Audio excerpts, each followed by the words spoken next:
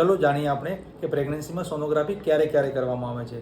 પ્રથમ સોનોગ્રાફી જ્યારે બી પીરિયડ્સમાં દિવસ ઉપર જાય છે અને યુરિન પ્રેગ્નન્સી કિટમાં પોઝિટિવ આવે છે તો ત્યારે 1.5 થી 2 મહિનાના ગાળામાં પ્રથમ સોનોગ્રાફી કરાવવી જોઈએ. પ્રથમ સોનોગ્રાફીથી આપણે ડિલિવરીની તારીખ તેમજ બાળકના ધબકારા આવ્યા છે કે નહીં, તેમજ બાળક ગર્ભ એ બચ્ચાદાનીમાં છે કે નળીમાં છે એ જાણી શકાય છે.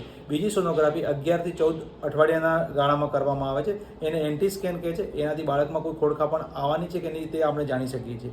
ત્રીજી સોનોગ્રાફી 5મા મહિનામાં કરવામાં આવે છે, જેને એનોમેલી સ્કેન અથવા ખોડખાપણની સોનોગ્રાફી કહીએ છીએ. તેમાં બાળકના કોઈ મગજમાં, હૃદયમાં કે બીજી કોઈ હાથ પગમાં કે શારીરિક કોઈ બી ખોડખાપણ છે તે જાણી શકીએ છીએ. પછી જે સોનોગ્રાફી આપણે ચોથી સોનોગ્રાફી કરીએ છીએ એ 7મા મહિનામાં કરીએ છીએ.